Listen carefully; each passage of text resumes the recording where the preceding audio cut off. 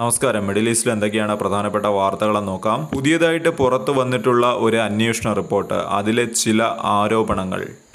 ആരോപണങ്ങൾ വിരൽ ചൂണ്ടുന്നത് പോളണ്ടിനെതിരെയാണ്. പോളണ്ടിന്റെ സ്റ്റേറ്റ് ഓൺ കമ്പനിയായിട്ടുള്ള നിട്രോചെം എന്ന് പറയുന്ന ഒരു കമ്പനി ഇസ്രയേലിന് ആവശ്യമായിട്ടുള്ള അത്തരം ആയുധങ്ങളിൽ ഉപയോഗിക്കുന്ന കമ്പോണൻസ് അതിൻ്റെ വലിയൊരു ഭാഗവും എത്തിച്ചു നൽകുന്നത് ഈ പോളണ്ടിലുള്ള ഈ കമ്പനിയാണ് എന്നാണ് ഇപ്പോൾ ഈ റിപ്പോർട്ടിൽ പറയുന്നത്. എന്നാൽ പോളണ്ട് പറയുന്നത് പോളണ്ടിന് നേരിട്ട് ഇത്തരം ഒരു ഡീൽ ഇസ്രയേലുമായിട്ട് ഇല്ല എന്നാണ് പോളണ്ട് പറയുന്നത്. എന്നാൽ അമേരിക്കയും പോളണ്ടും ഇവർ രണ്ടുപേരും സുഹൃത്ത് രാജ്യങ്ങളാണ്. വളരെ വലിയ രീതിയിലുള്ള വ്യാപാരമാണ് ഈ രണ്ട് രാജ്യങ്ങൾക്കിടയിലും നടക്കുന്നത്. അതായത് അമേരിക്ക ഇത്തരം ആയുധങ്ങളിൽ ഉപയോഗിക്കുന്ന കമ്പോണൻസ് അത് പോളണ്ടിൽ നിന്ന് വാങ്ങാറുണ്ട്. അങ്ങനെയുള്ള കമ്പോണൻസ് ഉപയോഗിച്ചുകൊണ്ടുള്ള ആയുധങ്ങളാണ് അമേരിക്ക ഇസ്രയേലിന് നൽകുന്നത്. ഈ ഒരു കാര്യം തന്നെയാണ് ഇപ്പോൾ രാഷ്ട്രീയ വിവാദമായിട്ട് ഉയർന്നു വന്നിരിക്കുന്നത്. ചുരുക്കത്തിൽ പറഞ്ഞാൽ ഗസയിൽ ഇസ്രയേൽ കാട്ടിക്കൂട്ടുന്നതിൽ അതിൽ അമേരിക്ക മാത്രമല്ല ഇസ്രയേലിനെ സഹായിക്കുന്നത്, അതിൽ യൂറോപ്യൻ രാജ്യങ്ങളുമുണ്ട് എന്നാണ് ഈ ഒരു റിപ്പോർട്ടിൽ പറയുന്നത്. എന്നാൽ പോളണ്ട് ഗവൺമെൻറ് പറയുന്ന ഒരു കാര്യം, ഞങ്ങൾക്ക് ഇത്തരം കമ്പനികൾക്ക് മേൽ യാതൊരുവിധ നിയന്ത്രണവുമില്ല. ഇത് പറഞ്ഞുകൊണ്ട് പോളണ്ട് സർക്കാർ കൈയൊഴിയുന്ന ഒരു കാഴ്ചയാണ് നമുക്ക് കാണാൻ കഴിയുന്നത്.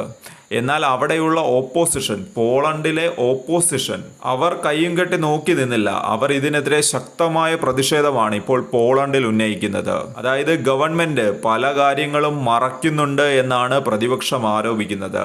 പോളണ്ട് ഗസ യുദ്ധത്തിൽ പരോക്ഷ പങ്കാളിയാണ് എന്നാണ് അവിടെയുള്ള നട്ടലുള്ള പ്രതിപക്ഷം ഇത്തരം സംഭവങ്ങളോട് പ്രതികരിച്ചത്. എന്നാൽ അറബ് രാജ്യങ്ങൾ ഈ ഒരു റിപ്പോർട്ടിനെ കുറിച്ച് പറഞ്ഞത്, ഗസ യുദ്ധത്തിൽ ഒരു നാറ്റോ രാജ്യത്തിന്റെ ഇൻവോൾവ്മെന്റ് അതൊരിക്കലും അംഗീകരിക്കാൻ കഴിയില്ലെന്നാണ് അറബ് രാജ്യങ്ങൾ പറയുന്നത്.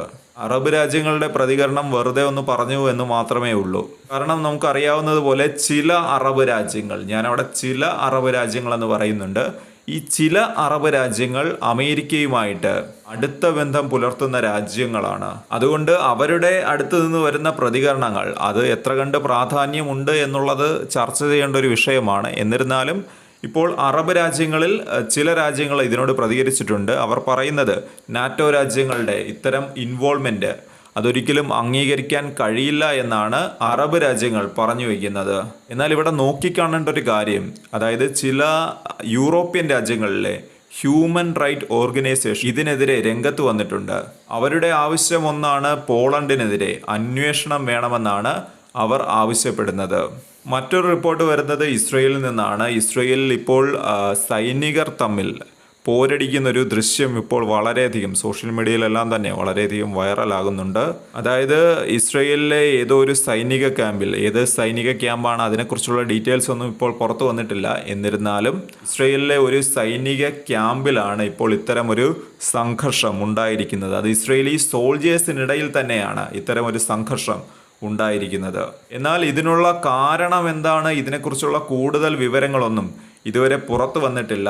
എന്നാൽ ചില റിപ്പോർട്ടുകൾ പറയുന്നത് അധിക ജോലിഭാരമാണ് ഇത്തരം ഒരു സംഘർഷത്തിലേക്ക് എത്തിയതെന്നാണ് ഈ റിപ്പോർട്ടുകൾ പറയുന്നത്. ചുരുക്കി പറഞ്ഞാൽ സൈനികർ വിശ്രമമില്ലാതെ നിരന്തരമായിട്ട് ഇത്തരം ജോലികളിൽ ഏർപ്പെടുന്നുണ്ട്. അതിൻ്റെ ഒരു ഫലമായിട്ടാണ് ഇപ്പോൾ ഇത്തരം ഒരു കാഴ്ച ഇസ്രയേലിൽ നിന്നുണ്ടാകുന്നതെന്നാണ് ഈ റിപ്പോർട്ടിൽ പറയുന്നത്. എന്നാൽ ഇത് ഒഫീഷ്യലി ഇസ്രയേൽ ഇതിനെക്കുറിച്ച് പ്രതികരിച്ചിട്ടില്ല. എന്താണ് ഇതിൻ്റെ കാരണം, എന്തുകൊണ്ട് ഇങ്ങനെ സംഭവിച്ചു, ഇതൊന്നും തന്നെ ഇസ്രയേലി സൈന്യം ഇതുവരെ പുറത്തുവിട്ടിട്ടില്ല.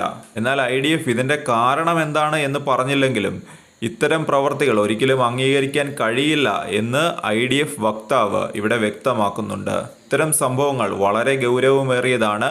ഇതിനെക്കുറിച്ചൊരു അന്വേഷണം ഉണ്ടാകുമെന്നും IDF വക്താവ് വ്യക്തമാക്കുന്നുണ്ട്. എന്നാൽ ഇതിനെക്കുറിച്ചുള്ള മറ്റ് ഡീറ്റെയിൽസ് ഒന്നും ഇതുവരെ പുറത്തു വിട്ടിട്ടില്ല. മറ്റൊരു വാർത്ത ലെബനനിൽ നിന്നാണ്. അതായത് ഇസ്രയേൽ ഇപ്പോൾ ലെബനനിലേക്ക് ഒരു ആക്രമണം നടത്തിയിരിക്കുകയാണ്. അതായത് ലെബനനിലുള്ള ഒരു റെഫ്യൂജി ക്യാമ്പിലേക്കാണ് ഇസ്രയേൽ ഇപ്പോൾ ആക്രമണം നടത്തിയിരിക്കുന്നത്. ഈ ഒരു ആക്രമണത്തെക്കുറിച്ച് ഇസ്രയേൽ പറയുന്നൊരു കാര്യമുണ്ട്. അതായത് ഈ ഒരു റെഫ്യൂജി ക്യാമ്പിൽ, ലെബനനിലുള്ള ഈ റെഫ്യൂജി ക്യാമ്പാണെന്ന് ഓർക്കണം, ആ ഒരു ക്യാമ്പിൽ ഹമാസിൻ്റെ മെമ്പേഴ്സ് ഉണ്ട്. അതുകൊണ്ടാണ് തങ്ങൾ ഇത്തരം ഒരു ആക്രമണം നടത്തിയത് എന്നാണ് ഇസ്രയേൽ പറയുന്നത്. അതിനോട് ചേർന്ന് ഇസ്രയേൽ പറയുന്ന ഒരു കാര്യമുണ്ട്. അതായത് ഈ ലബനനിലുള്ള ഹമാസിൻ്റെ മെമ്പേഴ്സ് ഇസ്രയേലിലേക്ക് ആക്രമണം നടത്താൻ പദ്ധതിയിട്ടു എന്നാണ് ഇസ്രയേൽ പറയുന്നത്. അങ്ങനെ പദ്ധതിയിട്ടു എന്ന് ഇസ്രയേലിന് വിവരം ലഭിച്ചതിൻ്റെ അടിസ്ഥാനത്തിലാണ് ഈ ഒരു ആക്രമണം നടത്തിയതെന്നാണ് ഇസ്രയേൽ പറഞ്ഞു വെക്കുന്നത്. എന്നാൽ ഹമാസ് ഇതിനോട് പ്രതികരിച്ചിട്ടുണ്ട്. അവർ പറയുന്നത് ഇത് വളരെയധികം തെറ്റായിട്ടുള്ള ഒരു പ്രചരണമാണ് ഇസ്രയേൽ നടത്തുന്നതെന്നാണ് ഹമാസ് ഇതിനോട് പ്രതികരിച്ചിരിക്കുന്നത്.